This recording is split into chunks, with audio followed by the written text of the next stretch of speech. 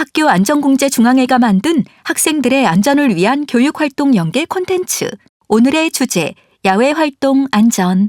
본 영상은 실제 학교 안전사고 사례를 바탕으로 제작되었으며 안전 마스코트 세입회 설명으로 진행됩니다. 여러분은 여기에서 어떤 동물이 보이나요? 정답은 벌, 뱀, 진드기예요. 혹시 이 동물들을 밖에서 본 적이 있나요? 생각나는 일이 있다면 이야기해봐요. 밖에서 놀다 보면 동물 때문에 다칠 수 있는 일이 생길 수도 있어요. 동물들이 언제 어디서 나타날지 모르니까 미리 조심하는 법을 아는 게 중요하답니다. 그럼 오늘은 야외 활동 시 동물을 조심하는 방법에 대해 알아볼게요. 야외로 소풍을 나온 풀립과 네잎. 풀립이 가방을 연다. 네이파, 우리 도시락 같이 나눠 먹자. 그래? 넌 뭐 가져왔어? 맛있는 김밥. 나도인데. 우리 둘이 통했네? 역시 소품에는 김밥이지. 아, 나 주스도 가져왔어. 나도인데. 우리 둘이 바꿔 먹자. 그래? 네잎이 주스를 마시고 주스병의 뚜껑을 닫지 않은 채 옆에 놓는다. 이때 벌이 날아와 주스병 위에 앉는다. 벌이다. 네잎이 팔을 휘두른다. 그러다가 쏘이면 어떡해? 에이, 괜찮아. 벌을 쫓기 위해 팔을 휘젓는 네잎. 벌에 쏘인다. 왜 그래? 괜찮아? 네잎이 결국 응급실로 실려간다. 빨간 사이렌 모자를 쓴 새잎 등장. 순식간에 벌에 쏘인 네이비. 그 이유는 벌을 쫓으려고 벌을 자극했기 때문. 그렇다면 네이피는 어떻게 대처해야 했을까요? 벌이 가까이 온다고 해서 팔을 휘젓거나 움직이면 안 돼요. 큰 몸짓을 보이면 벌이 흥분해서 더 위험해지기 때문이죠. 게다가 벌이 많은 산으로 소풍을 갈 때는 짧은 옷을 입어서도 안 된답니다. 피부가 드러날수록 벌에 쏘일 위험이 크거든요. 그래서 소매가 길고 밝은 색의 옷을 입는 것이 좋아요. 한 가지 더. 벌을 자극한 것 말고 문제가 또 있었습니다. 그게 뭔지 여러분은 알겠나요? 다치기 전 상황. 네잎이 주스를 마신다. 잠깐! 바로 이 장면이에요. 그저 주스를 마실 뿐인데 무슨 문제가 있는 걸까요? 주스나 청량음료, 과일처럼 단 음식은 벌을 끌어들일 수 있으니 조심해야 합니다. 만약 가지고 간다면 마시고 나서 뚜껑을 꼭 닫아야 하죠. 그렇다면 벌에 쏘이게 되었을 때 어떻게 해야 할까요? 벌에 쏘였다면 알레르기로 인한 과민성 쇼크가 일어날 수도 있기 때문에 쏘인 부위를 깨끗한 물로 씻어준 뒤 바로 병원에 가서 치료를 받아야 합니다. 그리고 꿀벌에 쏘였을 때는 독침이 남아있을 수 있어요. 그래서 플라스틱 카드로 쏘인 부위를 살살 긁으며 밀어내고 독침을 제거해줘야 해요. 물론 주위에 선생님이나 부모님이 있다면 도움을 구하는 게 가장 좋겠죠? 마지막으로 한 가지 더 알려줄게요. 야외 활동을 할 때는 벌뿐만 아니라 꼭 조심해야 할 게 하나 더 있어요. 힌트는 바로 이 잔디 속에 숨어 있는데요.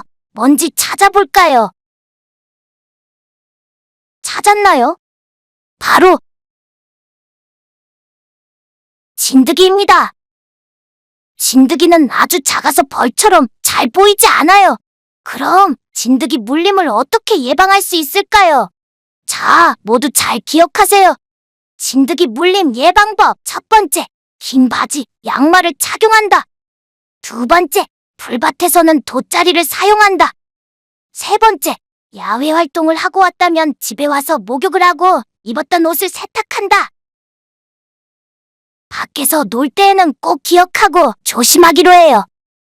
그럼 영상을 하나 더 볼 건데요. 이번에는 조금 무섭게 생긴 동물이 나올 거예요. 산으로 놀러온 풀립과 네잎. 토끼 토끼야 어디를 가느냐 깡총깡총 뛰어서 어디를 가느냐. 우리 토끼 만나러 가는 거야? 오, 그럴까?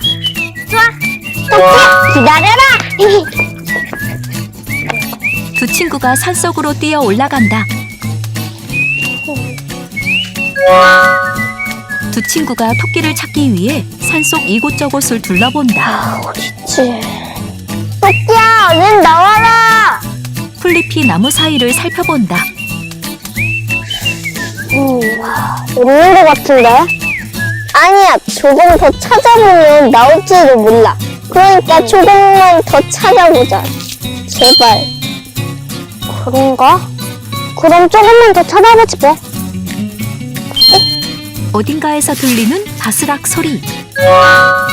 플리피 소리가 나는 나뭇잎 쪽으로 향한다. 나뭇잎 사이에 뱀이 있다. 플리파 왜 그래? 나 뱀한테 물린 것 같아. 어이쿠, 플리피가 뱀한테 물렸어요. 이를 어쩌죠? 풀숲이나 산에서는 뱀이 많이 살아서 더욱 조심해야 해요. 특히 뱀은 독성이 있어서 더욱 위험하거든요. 플리피 다리 상처를 볼까요? 뾰족한 삼각형 모양의 이빨 자국. 휴, 다행이에요. 내가 보기엔 뱀에게는 독이 없었던 것 같아요. 뱀에게 독이 있는지 없는지 알 수 있는 두 가지 방법이 있죠. 알려줄게요. 상처 자국과 뱀 머리 모양을 확인하면 돼요. 머리가 삼각형이고 물린 곳 앞쪽에 두 개의 이빨 자국이 있다면 독이 있는 뱀이라고 할 수 있어요. 그런데 만약에 독사에 물렸다면 어떻게 해야 할까요? 독사에 물렸을 때 물린 곳에서 5cm, 10cm 위를 손가락 두 개가 들어갈 만큼 끈으로 적당하게 묶어주고 독이 퍼지지 않도록 해줘야 합니다. 끈이 없을 때는 옷으로 묶어줘도 괜찮아요. 그리고 꼭 병원에 가서 의사 선생님의 도움을 받아야 합니다. 복습하기.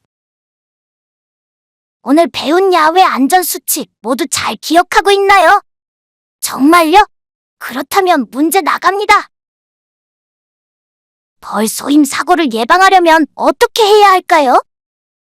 괄호색은 피하고 괄호색 옷을 입는다. 어두운 색은 피하고 밝은 색 옷을 입는다. 주스, 음료수, 과일 등 괄호는 가져가지 않는다. 주스, 음료수, 과일 등 단 음식은 가져가지 않는다. 손을 휘젓는 등 벌을 괄호하지 않는다. 벌을 쫓으려고 손을 휘젓는 등 벌을 자극하지 않는다. 뱀 물림 사고를 예방하려면 어떻게 해야 할까요? 괄호에서 길이 아닌 곳으로는 가지 않는다. 야외에서 길이 아닌 곳으로 가지 않는다. 물린 부위에 괄호 위를 압박하여 묶는다. 물린 부위에 5에서 10cm 위를 압박하여 묶는다. 괄호와 양말을 착용하고 풀밭에서는 괄호를 사용한다. 긴 바지, 양말을 착용하고 풀밭에서는 돗자리를 사용한다.